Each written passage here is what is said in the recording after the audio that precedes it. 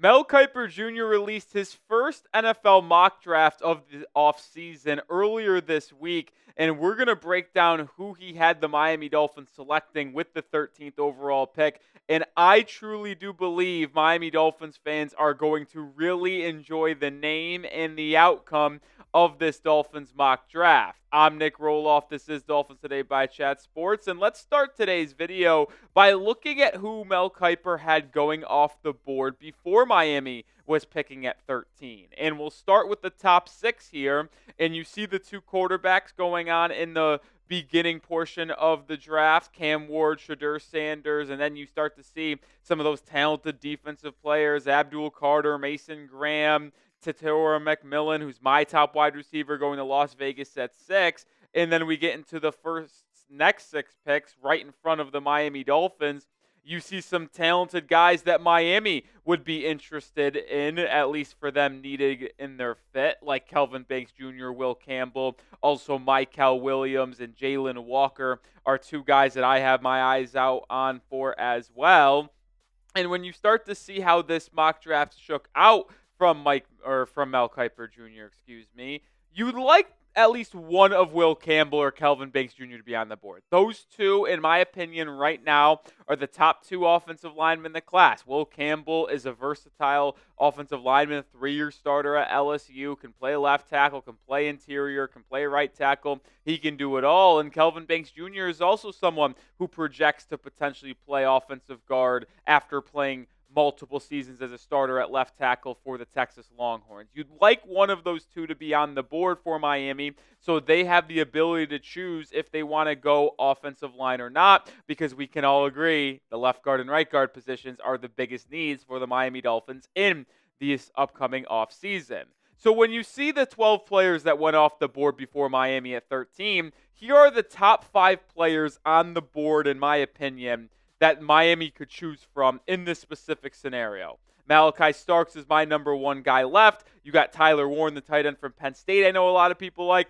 I really like Jihad Campbell, the linebacker from Alabama, and I'm a big fan of Kenneth Grant as well, the defensive lineman from Michigan, and I believe that Chris Grier will be a fan of Grant because he has a very similar play style as to Christian Wilkins, who he obviously drafted back out of Clemson 5-6 years ago. Grant, athletic defensive tackle that can get after the quarterback but also be able to really stop the run. And then you've got the blue chip prospect of Ashton Genty. Do I think Miami should go running back? No, but it's hard to ignore how effective he actually is as a football player.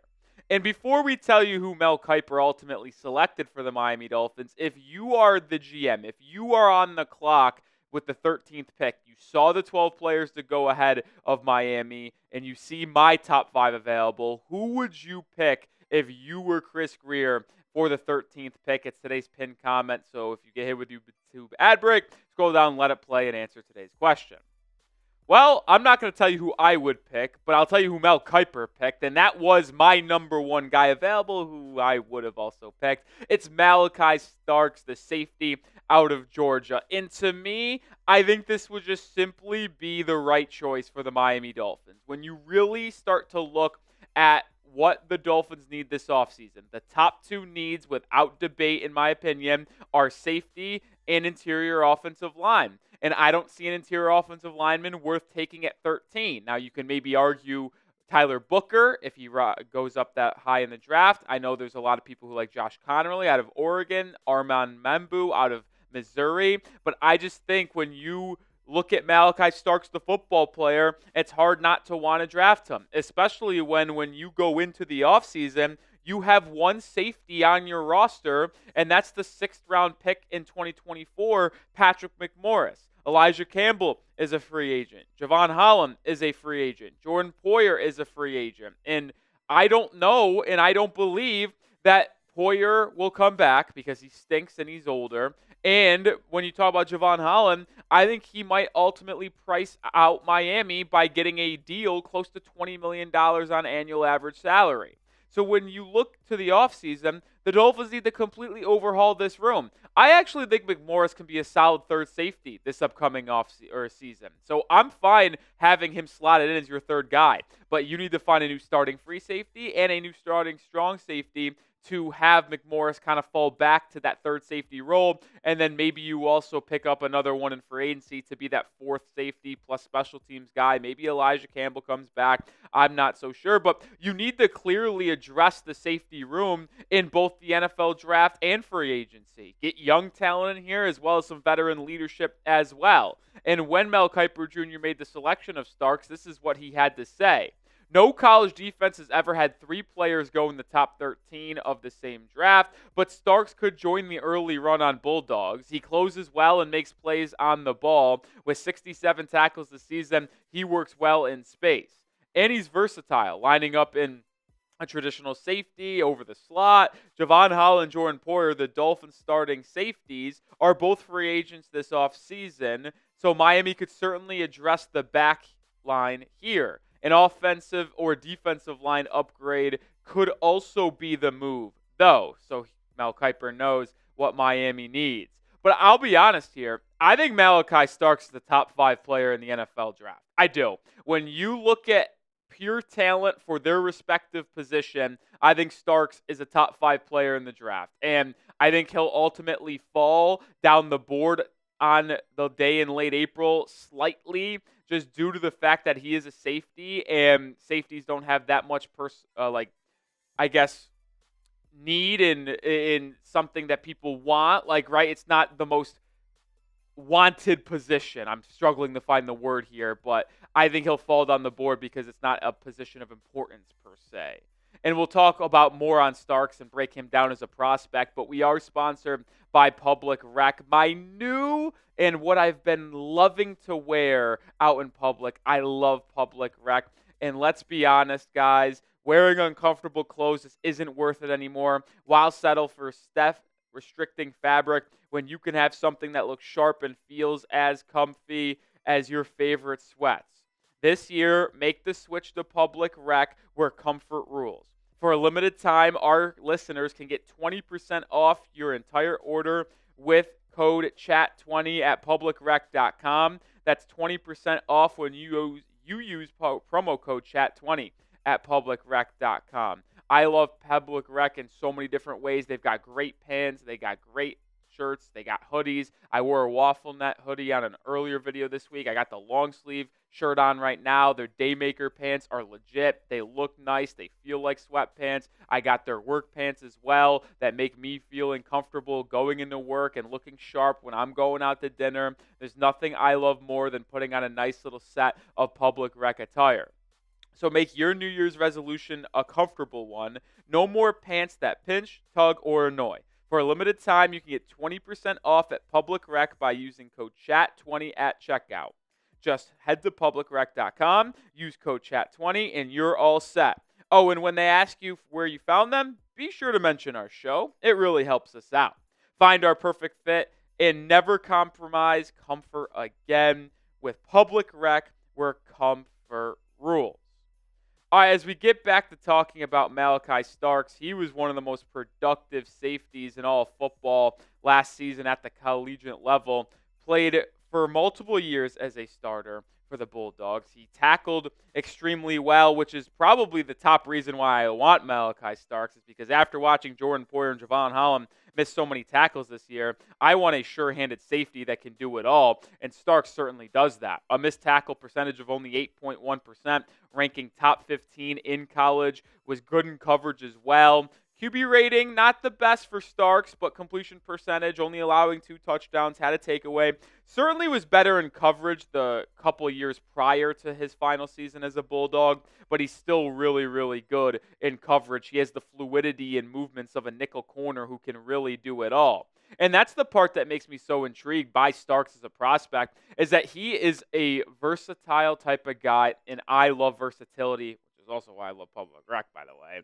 But his alignment in terms of where he played this past season for the Georgia defense was incredible. He lined up in the nickel, lined up in the slot, lined up deep in safety coverage, and also was lining up in the box as a potential linebacker and stopper of the run. He is a physical, athletic freak who can do it all. And I believe that the Dolphins would love him. And if Anthony Weaver stays on as defensive coordinator, which I anticipate him doing, I don't think he ultimately gets the Saints job.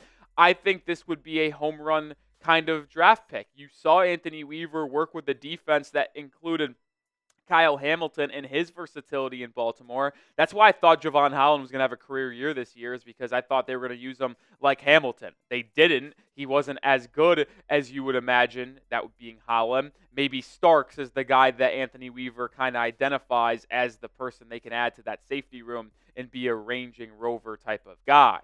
We'll finish up the conversation on today's video, but make sure you are subscribed to the channel because we are going to have daily Miami Dolphins content leading up to the NFL Draft. Plus, we'll have you covered in free agency and more all offseason long around the Miami Dolphins, so make sure you hit that sub button today. And I wanted to show some more numbers on Starks here because he was the 41st graded safety according to Pro Football Focus last season. He was higher the previous 2 years. He technically had a down year if you looked at his grades from PFF.